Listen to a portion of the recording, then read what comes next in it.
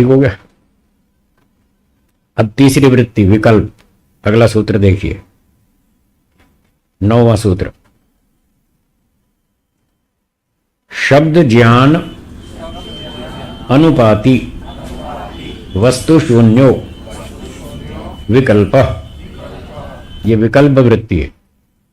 एक सरल शब्द में कहें तो कल्पना, ये तो आप समझते हैं ना कल्पना, बहुत से लोग बैठ के कल्पनाएं करते रहते। वो शेख चिल्ली वाली कल्पना है, व्यवहार भानु में पढ़ी होगी तो पढ़िए ना व्यवहार भानु, वो शेख चिल्ली कैसी कैसी कल्पनाएं करता है, उसका नाम विकल्प वृत्ति है।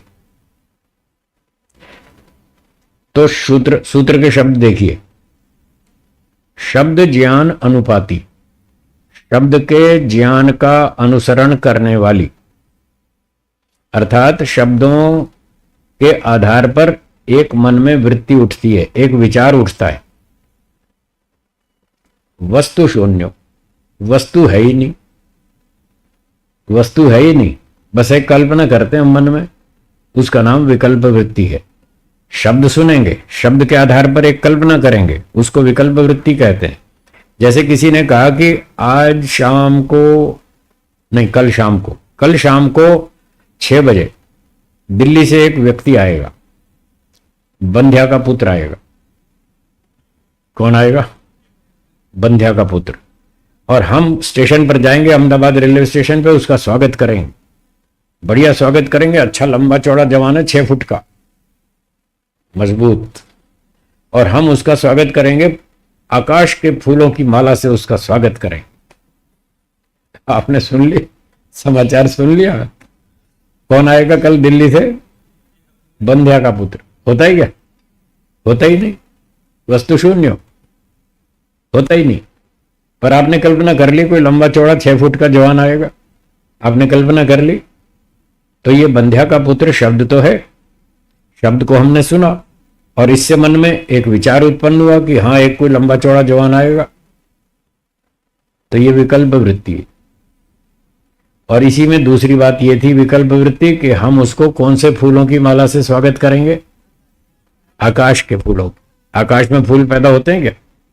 धरती पे होते हैं, आकाश में तो होते ही नहीं। पर शब्द तो है, आकाश का फूल शब्द तो है, बंध्या का पुत्र शब्द है।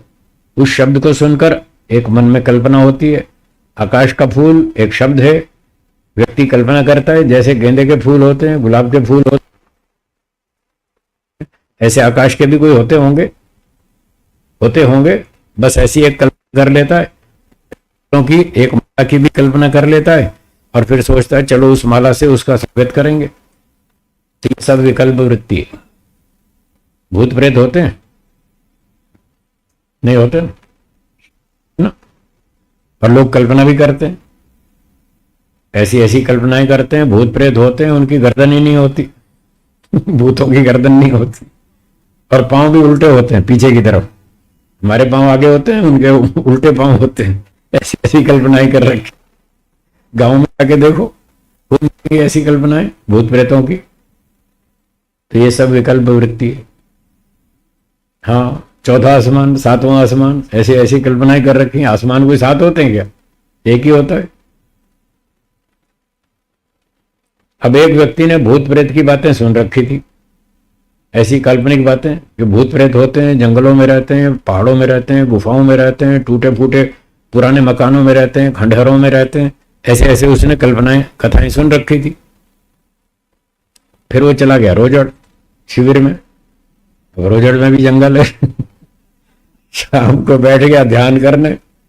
गुरुजी ने सिखाया था ओम भूर्भुवः स्वः, ऐसे उनको ध्यान करना सिखाया।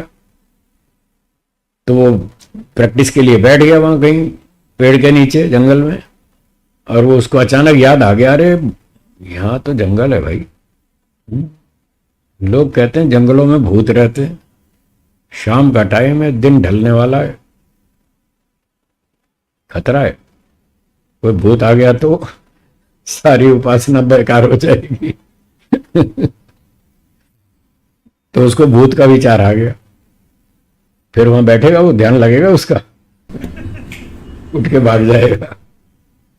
तो इस प्रकार से ये भूत प्रेत वाली कल्पनाएं और बहुत सारी विकल्प वृत्तियां ये ध्यान में बाधक हैं, इसलिए कहा इनको रोको।